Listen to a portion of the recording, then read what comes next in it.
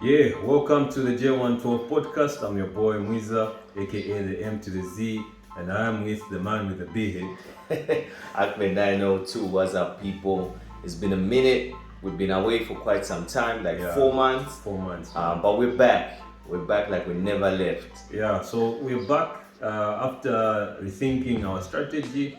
We thought that we should not just concentrate on ZCHH, but dive into topics or fields that are different to accommodate a lot of people. Yeah. So there will be a time when we have to defend the faith in terms of apologetics, times when we have to explain doctrine, talk about theological issues and culture, man. Yeah, true. Because we saw that there are a lot of topics that are hanging out there that need to be addressed in the Christian community. And as you watch this video, make sure to leave a comment in the comment section.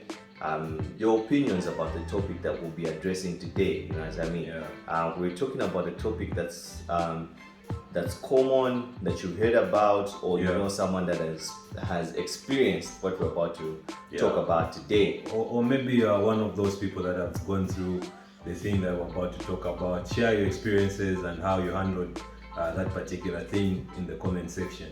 So my bro, you can introduce the topic, man. Today's topic is church hurt. We're talking about church hurt. What is church hurt in the I first hear place? about this thing almost on a daily on social media, especially on Twitter, man. You hear someone just talking about how he's been hurt by the church and stuff like that. So What is church hurt? Well, I think church hurt is hate that stems from a church setting.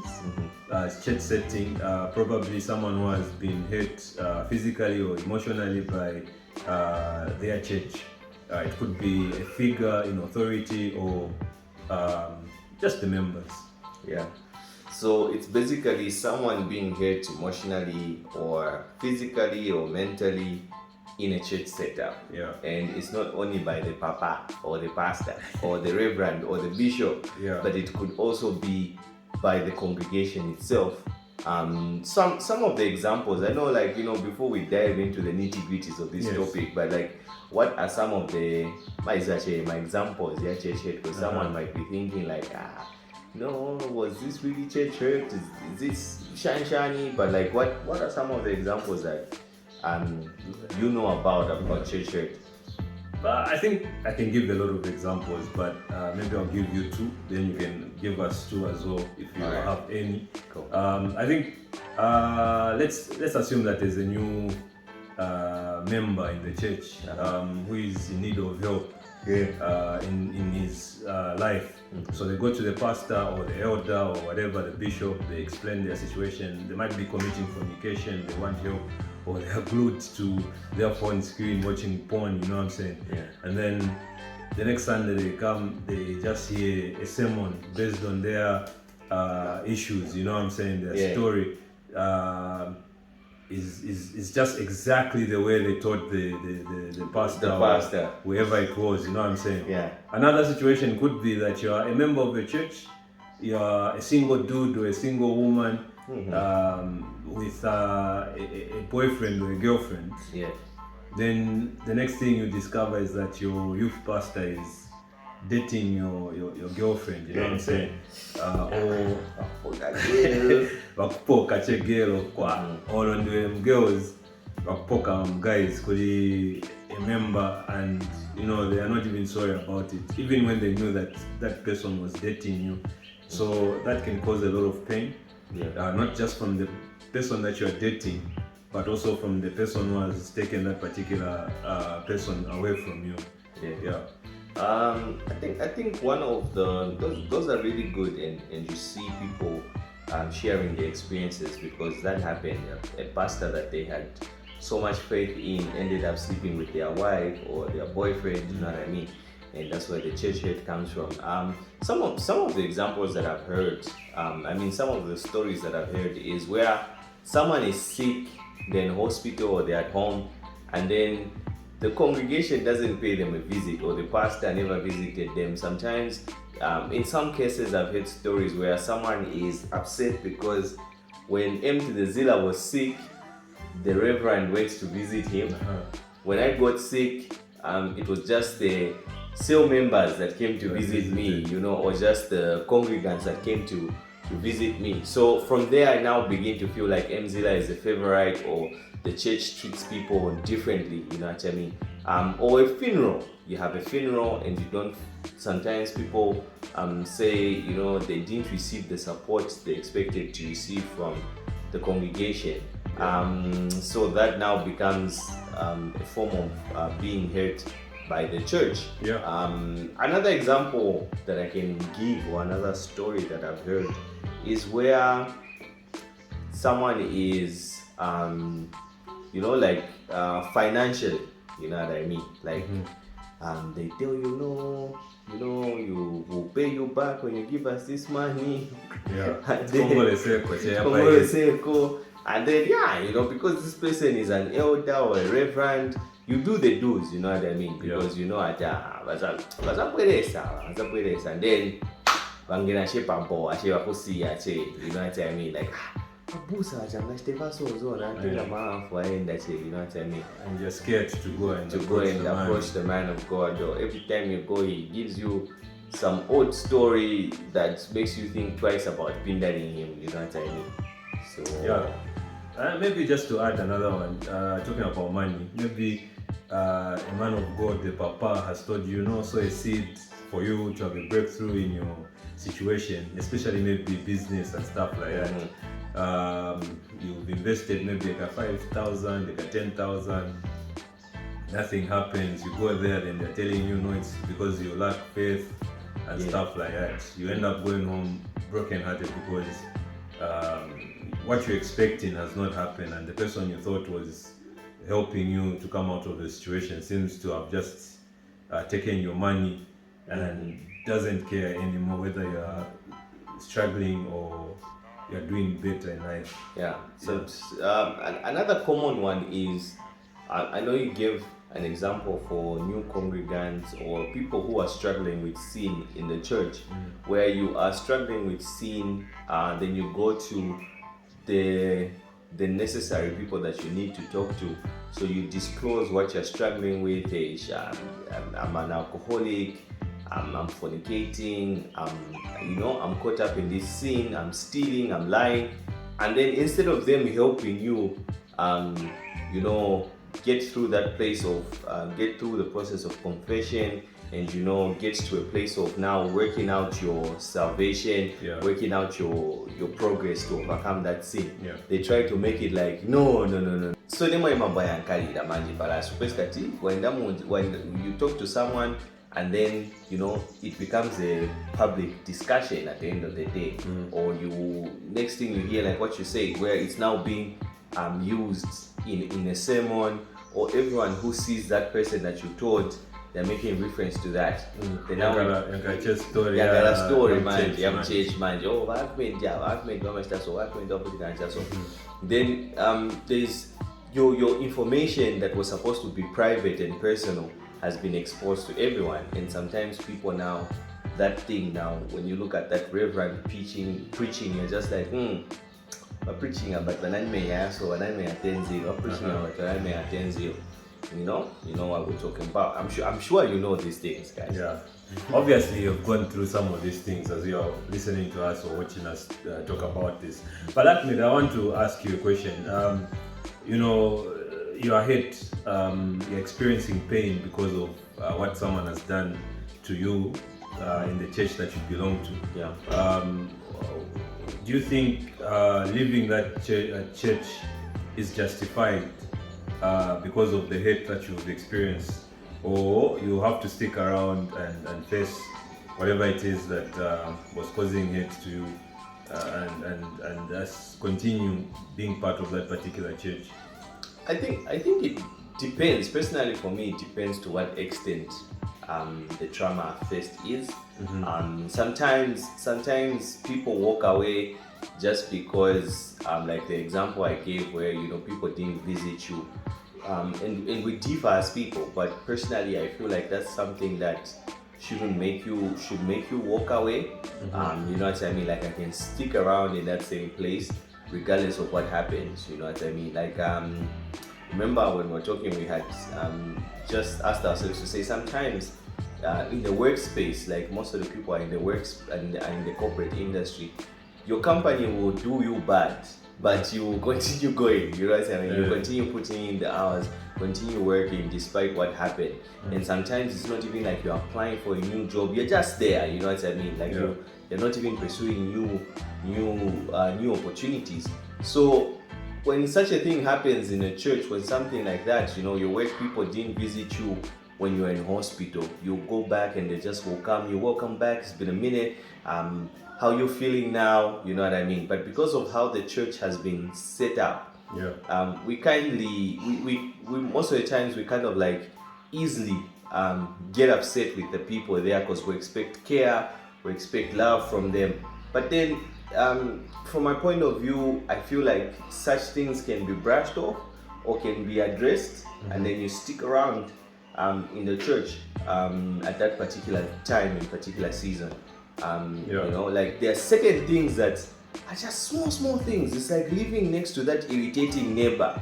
You will never shift, you know what I mean? You never shift. It's but you always be like, you know, neighbor wanga mzila, neighbor wanga ni wao yozona. Akapula usiku, hadisa chilimba shani 01 shanshani mama I remember in some hood that I was staying in, there was this neighbor of ours who used to just play music around 01 when you want to rest, you know what I'm saying? But we stayed there. We like one day someone just woke up and just shouted, "Hey, Chizimi, chongo."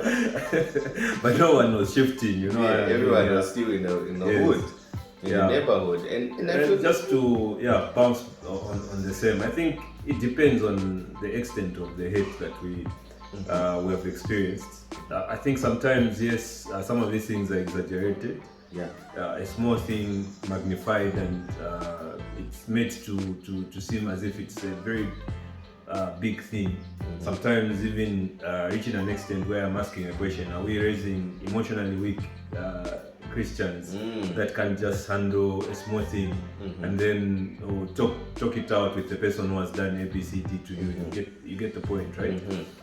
So I think the magnitude of the issue is what is going to determine whether you should stick around or you should leave the church. You know what I'm saying? Because there are certain things that you can iron out with the person in authority or the members, because it will help also others that are in that particular situation within the denomination, or those that are doing it but not knowing that it's hurting other people.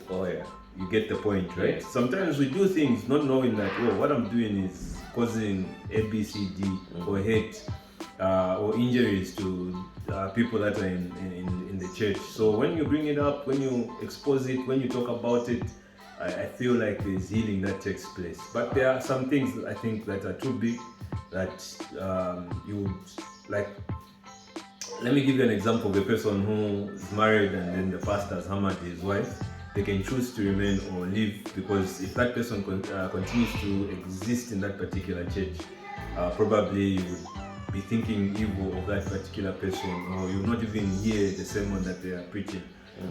So probably it's either they leave or you live as an individual who was hurt by that particular person in the church. So depending on the magnitude of the problem. Things, especially things to do with abuse. You know what I'm talking about, where people have been abused sexually and financially and stuff like that. Like that's like more of like a go ahead to leave the church. Like, you know what I mean? Like, you not too worried about it, leave the church. But there are situations like what we're talking about where in the women's ministry, two women went head on, you know what I mean? Like, no, Stephen Ashtenje chaso, naye mwamai stage mwakamba maningi, naye mwamake stage mwakamba maningi, weshanshana. And then maybe the rest of the women now support one individual. Then you feel like, no, point yanga inesoma funa kuimvera, soma nimverera chan. Sometimes these are issues that you could sit down on a round table and address from that dialogue point of view, and you want it, because one thing's for sure, you know what I mean. If you are leaving because something is not the magnitude of that event is not that huge, then your emotions are not being trained to be able to facilitate such moments. When you encounter another situation somewhere else, you're going to leave.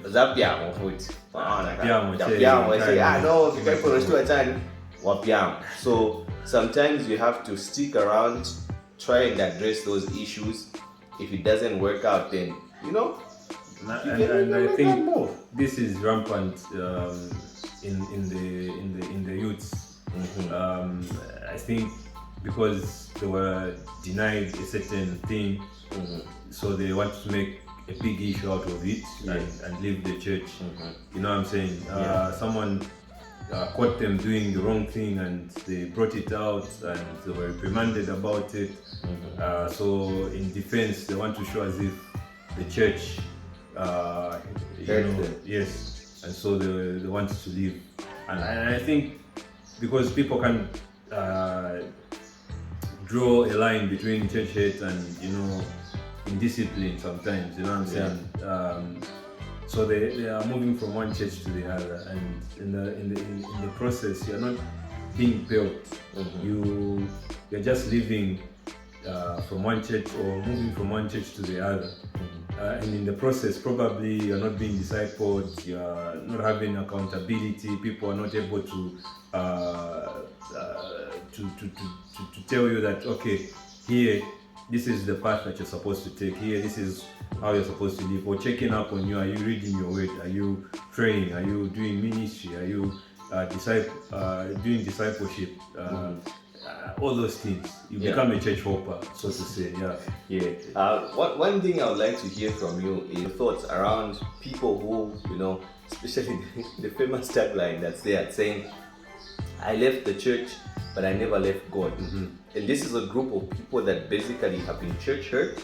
We don't know the magnitude of what they've experienced, but these are people who feel like, because I was hurt at Jone12 Ministries, I don't want to join Accra 902 Ministries, you know what I mean? I'm just going to be a person that stays at home, that doesn't congregate at any place because of my past experiences and how people treated me in that place, in another congregation. Like, what's your thoughts? I would simply say, number one, there's no perfect church. So if you're looking for a church where you're not going to be hit, you never find any. Where people don't wrong each other, you never find any church, because so long there are people, there is a high percentage that someone is going to do something wrong to you, or at least you see something wrong happening in that particular church. So if you say, I've stopped going to church because I was hurt, because there's too much hate going on, probably you will never find any church that you will go to, because whichever church you go to, no matter how perfect it looks like from the outside, there are some things that happen that may not be right somehow. So others have said the church is more like a hospital. You find sick people there. So sick people in this case are sinners. And so they will find a way of doing something wrong. So for a person who has been hurt and have decided to leave the church but not leave God, I would still say you need to find a church. Of course, you can weigh out, pray about it, weigh the options. There are so many churches, but at least you can visit a number of churches, pray about them, and then God may direct you where to go. And I think the fact that you are claiming that you left the church but you never left God, you should be able to get to a place where you have a conversation with your God, because is it God who's telling you not to congregate, you know what I mean, or not to go to any church? If that's the case, stay at home. And at the appointed time, he'll direct you to the church you need to go to. And also just fellowship. I think also to some extent in modern day society, it looks like church is not something that is biblical. You know what I mean? Like people make it look like fellowship on a Sunday, by the way thing, or a Saturday is just a by way thing. It's like by the way thing. Tradition that man has just come up with. Yes, adapted to and facilitating for it to continuously happen. And so when people leave the church, or when Christians don't attend church in a long time, there's no longer that sense of guilt. There's no sense of responsibility to just account for the time spent away from church. So then, if you still have God, why not pray about, oh God, I've been hurt in that church. I don't feel like that's a place I should be in. Where do you want me to be? You know what I mean? Where do you want me to be? The other thing that people don't think about when they're making those statements is that there are two types of churches that we are talking about. There's the body of Christ, which every one of us belongs to. We are members of that particular body. That's why Paul was equating it to a body made up of different human body, parts. Yes. Then there is a small church, which is the denominations, whatever it is that we call them, where we gather to fellowship. So one, you cannot leave the church, that is the body of Christ, if you're a Christian, because you are part of that body. You are a member. There's a function that you're supposed to play that should help the next person standing next to you, or the person sitting next to you, and so forth. Okay, so we can't leave that church. If you're a Christian, you can't leave that church. To leave that church, it means that you've left Christ. So people have to be careful with what they mean when they say, I left the church but I didn't leave God. How can you leave something that is part of you? You get my point, right? Then the other thing is, you have to know what is the function of the church in one's life. Okay, so there are so many things that the church does, or the function of the church in our lives, and those things, when they're taken away from us, sin encroaches, and you begin to drift away from the faith. You know what I'm saying? So there's accountability. You have to be accountable to someone. This is just like artists. You know what I'm saying? Those that don't belong to any church, who are they accountable to? You know what I'm saying? If you're a Christian, who are you accountable to? So if I belong to a denomination or a church or whatever you want to call it, I must be accountable to someone. Someone should be able to tell me, oh, here, what is happening? What's going on? I should be able to give account and say, oh, I think I'm experiencing ABCD. How can I come out of that? People will stand with me in prayer. People will share the word, encourage me. And this is why James was saying, confess your sins to one another so that you may be healed. It's not healing of a disease. It's healing of the heart. So if you're at home, how are you managing all those things that requires the church to help you come out of certain situation? You know what I'm saying? Yeah, true. And then also my other point would be, when you're also choosing a church to go to, even before your church hurt, you need to pray about the place that you're going to for God to just direct you in that season. Sometimes certain churches play a certain role depending on the season that we're experiencing at that particular time. You know what I mean? So maybe you need to pray about something. The Lord will deliberately take you to a place where He knows that prayer effect will begin to play a role in your life. So same applies when we are hurt. We need to pray about it and go to a church where God has directed us. But also, what I've realized is that in the place of that hurt or that disappointment in the church, we don't take time to pray about that situation. So, hey, my brother Empty the Zilla has messed me up. Maybe he said some trash about me to someone in church, and the story keeps on going. We are quick to say, that church, it's a church, but have you taken time to just pray about that situation and ask God, and also just pray about the people that have done wrong to you? You know what I mean? Because sometimes people would have fallen off and the devil would have taken advantage and used them to kind of also derail you from where you're supposed to be headed through and be. You know what I mean? So I feel like as Christians, we don't take time to pray about situations. We are quick to react and slow to pray about these situations, and hence the scapegoat is, I left the church because it didn't do this for me when it's supposed to do this for me. You know what I mean? And I'm done. It's like the statement of all men are dogs. You know what I mean? all women are evil and stuff like that. But what about relationships that are working out? How come there's that good guy and good girl that are in a relationship that's working out? other people keep on saying, men are dogs, and another person will come and say, my husband of 57 years he's never wronged me or done anything to me that's weird. And that's how churches are, like you say. They're churches that would, and these are members, these are people. Just like the way we are right now, you know what I mean? Like, I feel like church should be treated more like a family. We mess each other up in the family, but we'll still carry the same name and we'll still carry the same blood. And we are here because of the same mission, the same purpose. We are pursuing the same end goal, and that's how it should be. But I also think that some people are just fragile, you know what I'm saying? Small things exaggerated into something big, and they want to name call and so forth. So I think sometimes we have a lot of children or babies in the church that will always call out people even for the smallest things of things. Not that I want us to entertain church hate, but I'm just saying that maybe there are some people that they are just fragile, you know what I'm saying?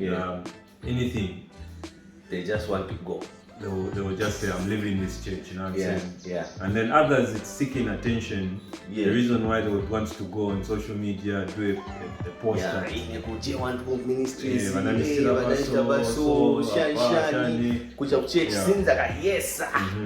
Then I was also thinking, I think sometimes we exaggerate the church hate thing because it's influencers or artists or celebrities that are coming out and saying, this happened to me, this in that church and stuff like that, and then it's easy for every one of us to think, oh, that church is bad because that happens to Ahmed, and So we just have a lot of people that are allowed out there that may be experiencing evil things or church hate, but does not mean that this is happening in all the churches.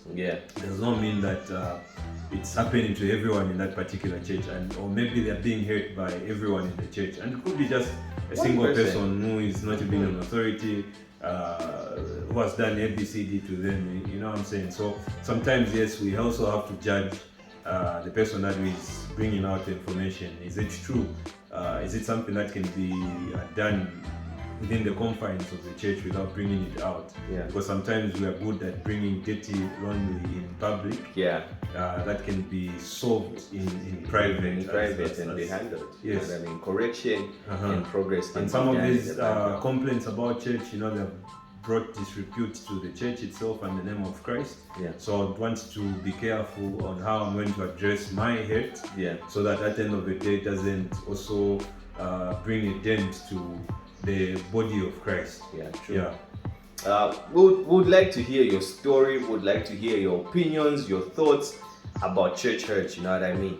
So that we discuss it further and we just get more insight from you guys. So make sure that you leave your comments in the comment section, and just give us your story. If you do have a story, give us your story.